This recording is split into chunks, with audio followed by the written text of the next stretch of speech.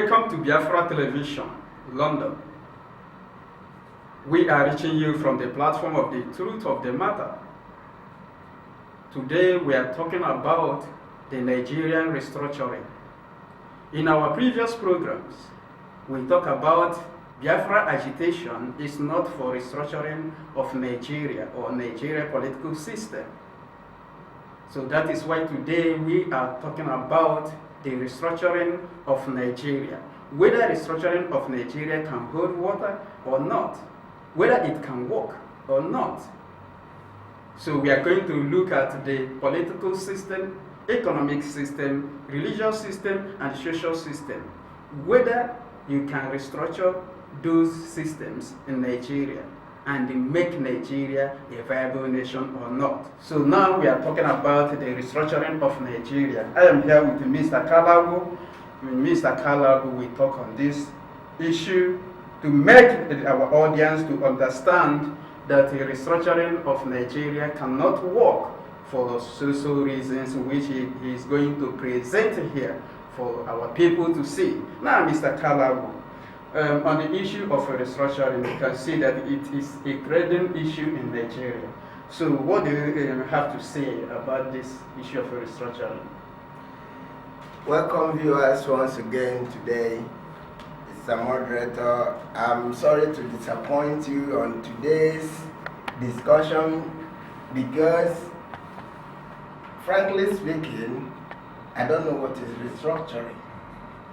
It is a vague, ambiguous concept which the criminal politicians in the Islamic Zoological Republic of Nigeria has adopted in order to thwart the agitation for the restoration of the sovereign state of Biafra.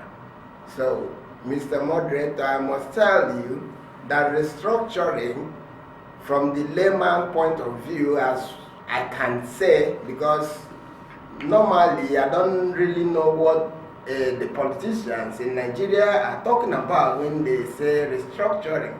Because as myself, as I could remember, Nigeria has been restructuring since the Aburi Accord.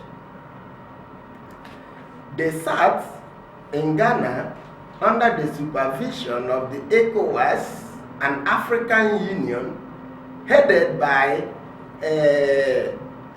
Joseph Ankara, the former Ghanaian head of state, whereby agreement was reached between Nigeria, represented by the murderous act genocidist Yakubu Gowon, and our great leader Dim Chukwuemeka Odumegwu Chukwu, and they signed the deal and they were happy that Nigeria has been restructured. And when they arrived in Lagos, the British, they went and told Gowon and his fellow feudalist northerners that this agreement that they have signed is against their interest, and they reneged on that agreement, and the rest is history, which all of us will know. So to me, I don't see anything restructuring. I don't think it is something that could happen, because if we even look at it, I say if it is something that could happen, when you look at the Nigerian constitution which they are using, their constitution is even against restructuring, because the stringent conditions that is stipulated under that constitution before Nigerian state could be restructured, it is very, very rigid. And when you look at it, you see, due to the lopsided nature of the representation in Nigeria, it makes it quite difficult for a restructuring to occur in favor of the Biafran people. So, in essence, there is nothing like restructuring, because in the section 9 of the Constitution, you discover that it gives the conditions upon which a restructured political system could be attainable, and those conditions are quite stringent to the extent that you need two-thirds majority of each state house of assemblies. So, and when you want to restructure in a way to have the control of your resources in your area, that means you must have the support of all the two-thirds majority of all the houses of assemblies of the whole 36 states of Nigeria. So when you look at it, you discover that restructuring will never happen, because the conditions for it to happen is not attainable. So, Mr. Kalabu, thank you very much, because you are putting it straight that these people are trying to distract the people of Biafra, trying to scuttle the Biafra project, and which we cannot accept. Now, we understand it that restructuring in Nigeria means regional government. Do you think that regional government can work in Nigeria? Well, Mr. Moderator, it can never work. That is to say, restructuring can never work in as much as it leads to regionalism. We have practiced regionalism in the past, and at this present time, which is 2017, in practicing regionalism, there are challenges which makes it quite impossible for regionalism or restructuring to work again in Nigeria. One, religious aspect. The religious aspect of it is that the people that we are living together, the people that Frederick Lugard has amalgamated us together, they are the people who believe in their value system, which is feudalism and Islamic hegemony. These people, they believe in conquest.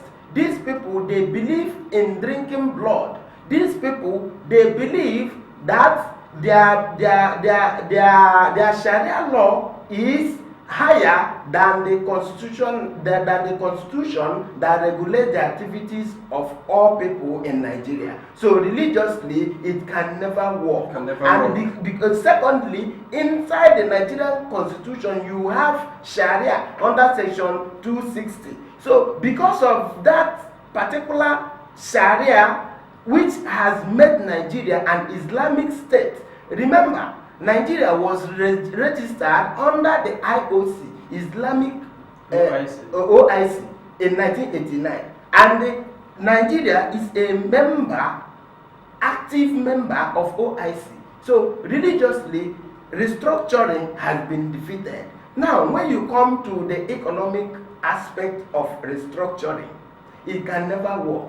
Why wouldn't it work? Because the Fulanis who are sharing Nigeria with other people, they believe in domination.